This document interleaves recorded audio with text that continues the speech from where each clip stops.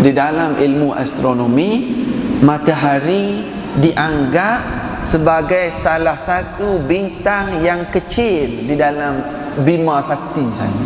Allah. Matahari adalah salah satu bintang yang kecil. Dia tidak termasuk di dalam bintang-bintang planet-planet yang kategori raksasa. Dah dia tu 325 kali ganda lebih besar daripada bumi. Dah mana manusia yang rasa angkuh, sombong, ego sangat. Kita ni, saiz kita berapa kilo? Berapa kilo? Kira berapa kilo? 60? 65? Lebih kurang kita.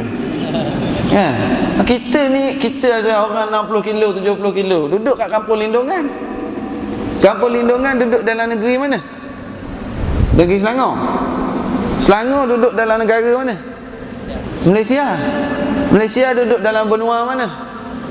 Asia. Asia duduk dalam planet mana? Bumi.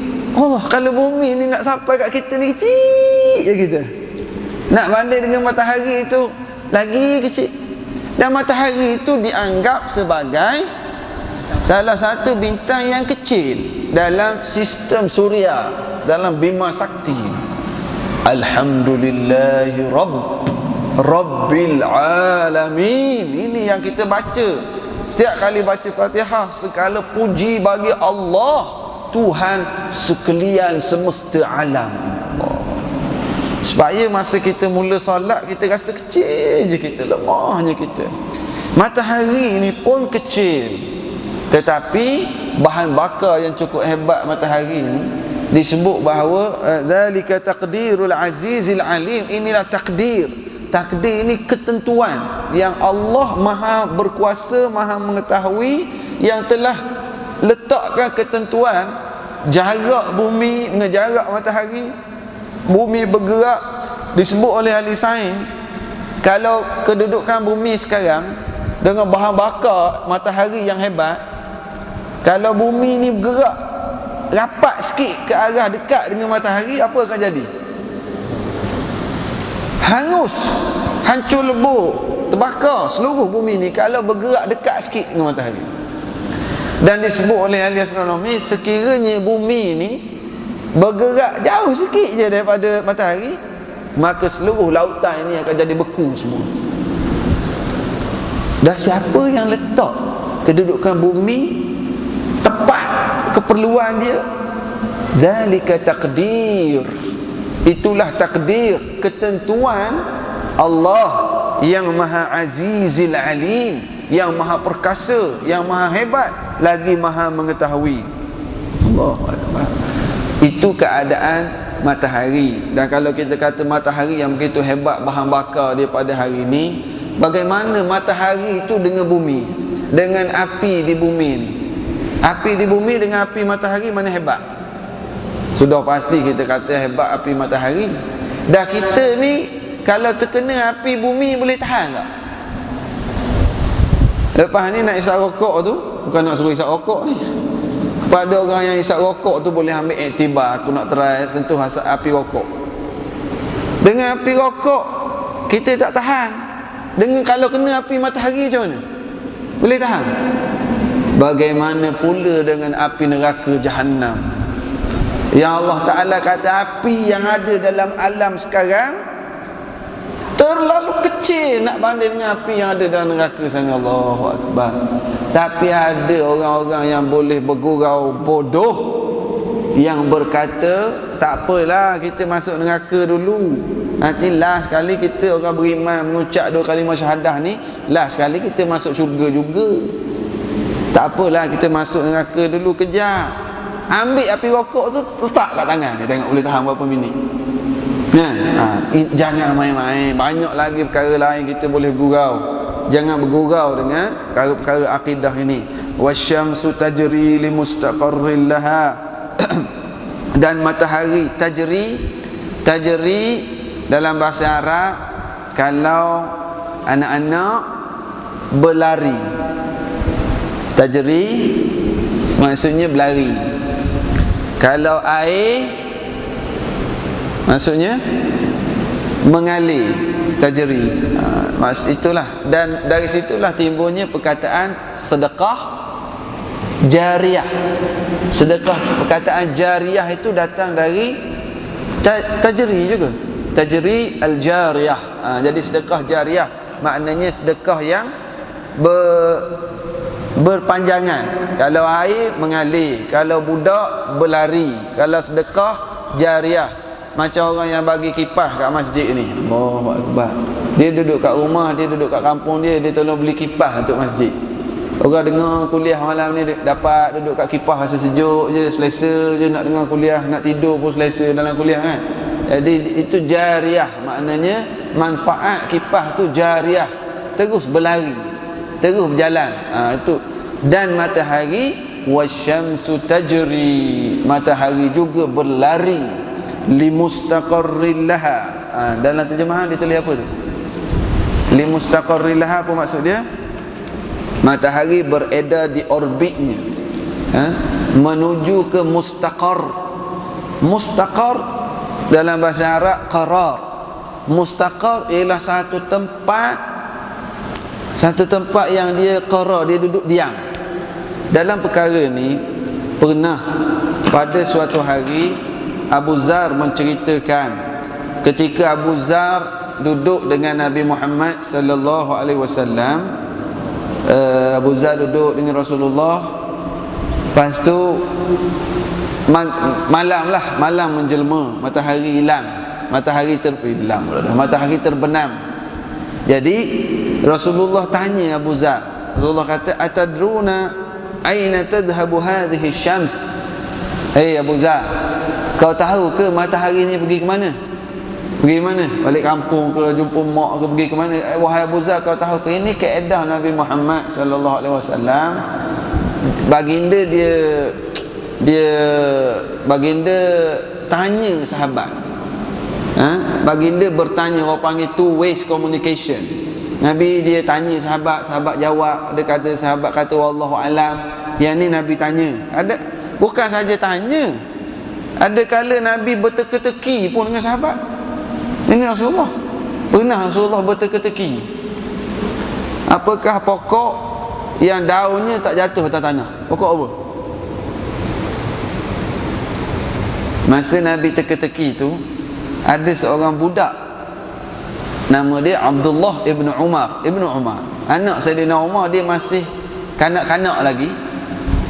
Dia cerita kisah ni.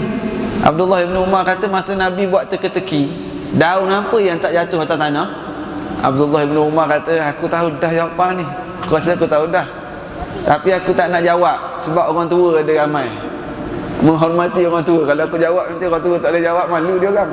Ini akhlak Abdullah ibn Umar. Dia diam je. Lalu bila tak ada sahabat boleh jawab, Rasulullah pun bagi tahulah jawapan dia. Pokok daun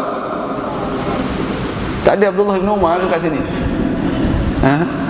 Rasulullah kata daunnya ialah daun pokok kurma. Abdullah ibn Umar kata, aku nak jawab dah tadi. Sebab pokok kurma ni daun dia tak jatuh, yang jatuhnya pelepah dia. Jatuh, tapi jatuh pelepah. Daun tak jatuh macam kita lah pokok kelapa. Pokok kelapa, daun kelapa jatuh ke? Yang jatuhnya pelepah tu. Jadi Rasulullah ada masa dia tanya, ada juga teka-teki kan. Boleh teka-teki, balik rumah teka-teki. Apa? Masuk segitiga, keluar bergulung. Mai teka-teki lah pula. Tak tahu. Masuk segitiga, keluar bergulung. Seluar dalam. Masuk segitiga, keluar tergulung. Itu mengarut lah ni.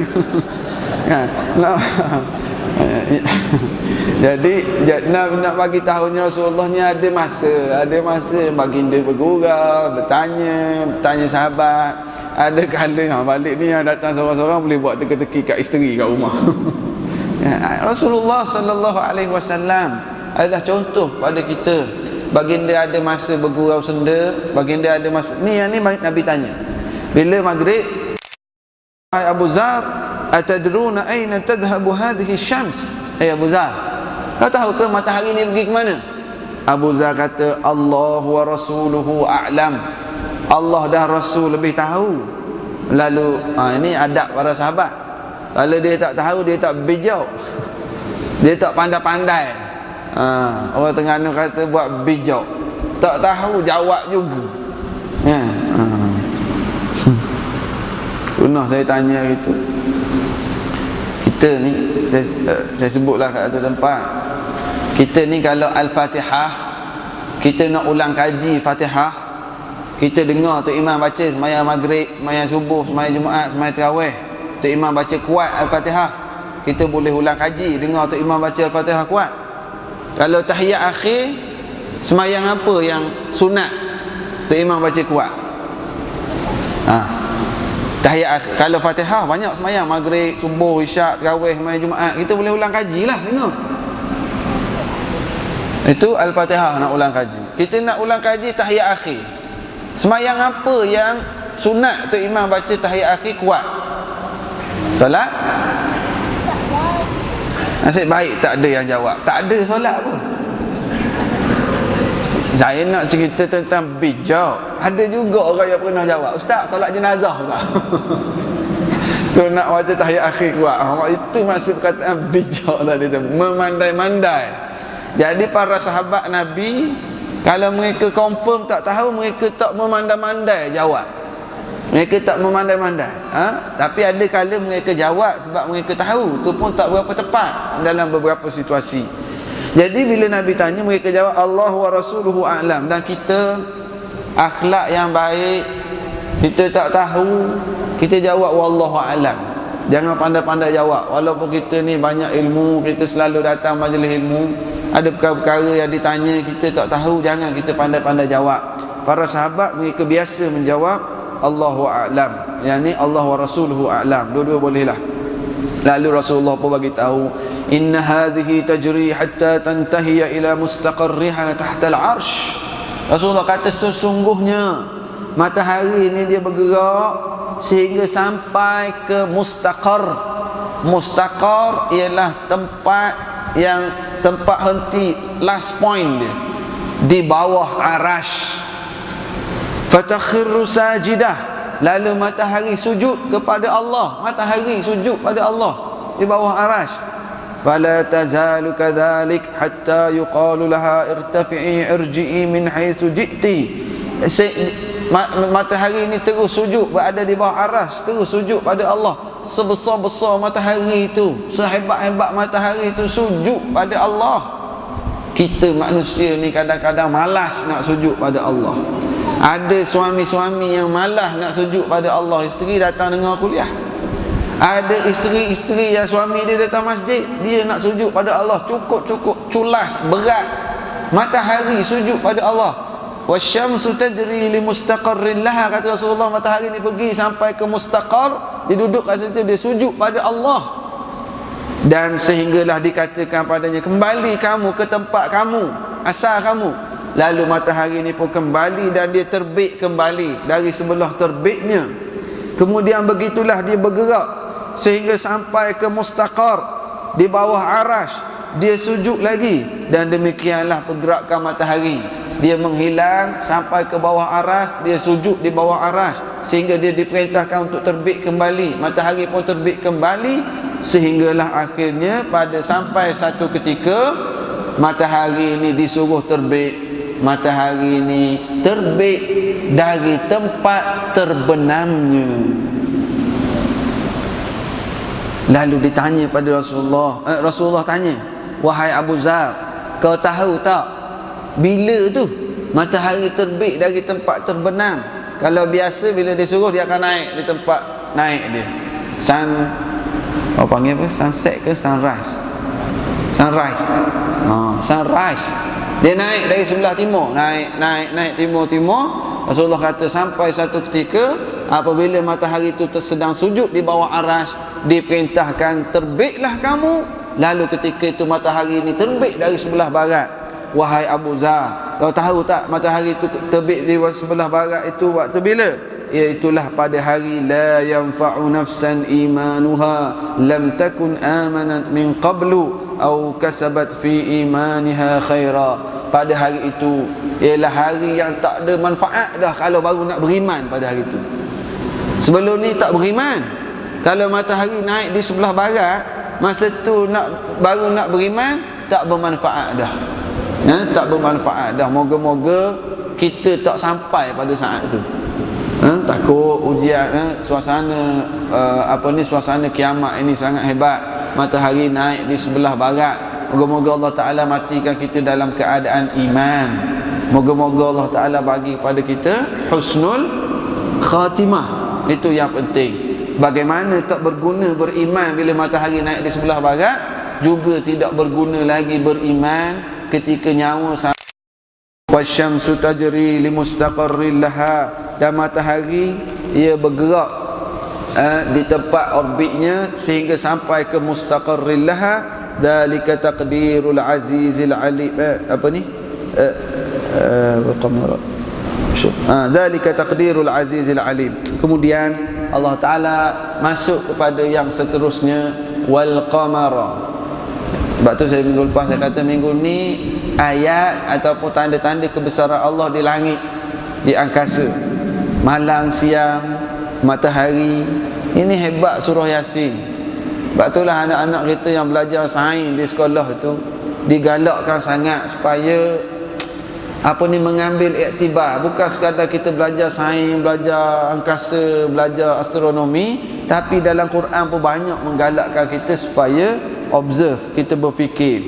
Seterusnya, wal qamara qaddarnahu manazila, dan bulan kami tentukan pada bulan ini ada fasa-fasanya, ada peringkat-peringkat. Memang dalam ilmu falak, bulan ni dia ada 28 peringkat. Kalau orang yang belajar, saya ingat ini satu perkara yang saya agak rugilah. Masa saya duduk di Yaman dulu, adalah pergi ke kampung-kampung, jumpa pakcik-pakcik tua. Pakcik-pakcik ni dia kata dia orang ni ada ilmu peringkat-peringkat bulan.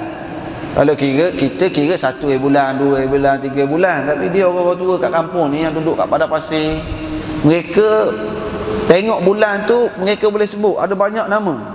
Nama kalau dalam tafsir ni Asyartan, Al-Bittin, Thuraya, Dubran, Haqmah, Han'ah, Dhira, Nathrah, Tarf, Jabhah, Kharatan, Sarfah, Awa, Samak, Ghafar, Zabanian, Aklil, Qalb, Syaulah. Banyak lagi. Dia ada 28. Saya sebut satu-satu pun terus terang saya cakap, saya pun tak faham.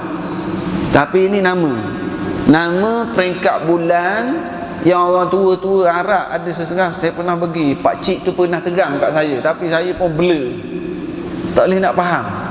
Dia tunjuk peringkat bulan tu, dia kata sekarang ni tak boleh pergi ambil madu lebah. Madu lebah tu dia orang nak pergi ambil, dia orang pilih. Tengok bulan ni, okey, peringkat ni boleh pergi ambil, ni tak boleh pergi ambil. Madu tahu madu? Madu lebah lah. Jadi dia kena nak satu orang yang biasa beli madu, tahu tak nak kenal madu asli macam mana? Madu asli, cara nak kenal dia madu asli ni, kalau kita bawa balik ke rumah, isteri marah. Tu madu asli lah tu. Marah perempuan. Jadi tak nak ceritanya bulan, cerita lain lah tu. Pakcik yang dia ni memang berniaga madu. Jadi dia cerita kat saya, nak ambil madu ni pun kena tengok bulan, Suraya ke, Qal'an, Syartan ke, baru boleh ambil. Macam kita lah, orang nak ke laut, orang nak ke padang pasir, dia orang tengok bulan ni. Subhanallah, ini satu ilmu. Manazil, wal qamara qaddarnahu manazil. Dan bulan ini kami tentukan adanya manazil, fasa-fasa ataupun peringkat-peringkat. Dia tak keluar, bulan dia tak keluar terus mengambang gitu. Dia keluar, sebab itulah orang tengok anak bulan. Orang tengok anak bulan, yang nak tengok raya. Kita di Malaysia kalau raya haji tak tengok anak bulan. Kalau di Arab Saudi nak menentukan 1 Zulhijjah pun dia orang tengok anak bulan. Barulah, sebab tu hari wukuf. Dia orang bergantung pada tengok anak bulan 1 Zulhijjah. Bagaimana kita tengok anak bulan 1 Ramadan, satu Syawal tu. Tengok anak bulan, tengok menyimpan moh besar raja-raja. Malam ni nampak dah anak bulan kan. Mak bulan tak pernah nampak. Jadi tengok anak bulan. Jadi dia manazil. Manazil maknanya fasa-fasa. Matahari Allah tak sebut manazil. Matahari dia seketul besar gitu. Tapi bulan dia manazilah. Wal qamara qaddarnahu, dan bulan kami takdirkan, kami tentukan manazilah, dia berperingkat-peringkat hatta ada kal urjunil qadim, manazilah hatta ada kal urjunil qadim, sehingga bulan ini kembali menjadi seperti urjun. Urjun ni tandan kelapa ke tandan pisang ke, bila dia kering dia berbentuk qaus, berbentuk bengkok. Jadi Allah Ta'ala bagi tahu bahawa bulan ini, subhanallah, bulan Allah tak sebut permulaan itu urjunil qadim. Allah tak sebut bulan itu bila masa anak bulan bengkok seperti tandan kering. Tapi yang sebut tandan kering ni ketika bulan dah nak habis dah di hujung bulan. Kali sebab apa sebab dapat duit gaji ke sebab tak dapat duit gaji hujung bulan ni, jadi sedih sikit, kering jadi nipis kal urjunil qadim. Lasyamsu yanbaghi laha an tudrikal qamara, dan tidaklah matahari dapat kejar bulan. Subhanallah, matahari tak akan dapat kejar bulan. Tak boleh nak kejar bulan. Sebab apa tak boleh nak kejar? Lasyamsu yanbaghi laha an tudrikal qamara, adraka yudriku ni macam dapat tangkap. Matahari tidak akan sekali-kali dapat tangkap, dapat kejar bulan tadi, sebab masing-masing berada di atas orbit lain-lain. Dia tak pergi kacau. Dahlah matahari ni sujud pada Allah, Allah Ta'ala tentu dah bergerak di atas orbit dia. Bulan dah tentu dah letak orbit dia. Walal lailu sabiqun nahar, malam tidak akan mendahului siang. Bila waktu siang, malam dia tak potong queue. Matahari dia tak pergi terkam masuk orbit bulan. Bulan dia tak pergi masuk orbit. Yang lari daripada orbit ni siapa? Manusia yang selalu lari daripada orbit yang Allah Subhanahu Wa Taala tentukan. Manusia, Allah Taala kata sembah Allah, dia sembah selain pada Allah. Allah Ta'ala kata laki dengan perempuan, laki pergi cari laki, perempuan pergi cari perempuan. Manusia yang lari daripada orbit Allah. Kalau bulan, bintang taat, patuh kepada Allah, mereka tak bertembung, siang tak potong malam, malam tak potong siang. Ini supaya manusia di samping melihat kebesaran Allah, manusia juga berfikir bahawa semua makhluk-makhluk ini sentiasa taat. Wa kullu fi falakin yasbahun, semua itu mereka makhluk-makhluk Allah ini di atas falak, yasbahun, mereka berenang. Yasbah kat sini dia tulis apa? Terapung-apung. Dalam tu ada terjemahan, dia tulis apa? Fi falakin yasbahun. Yasbahun beredar. Yasbahun, asal perkataan Arab maknanya berenang. Wa kullu fi falaki yasbahun, matahari, bulan semua ni di atas orbit dia seolah-olah berenang. Subhanallah.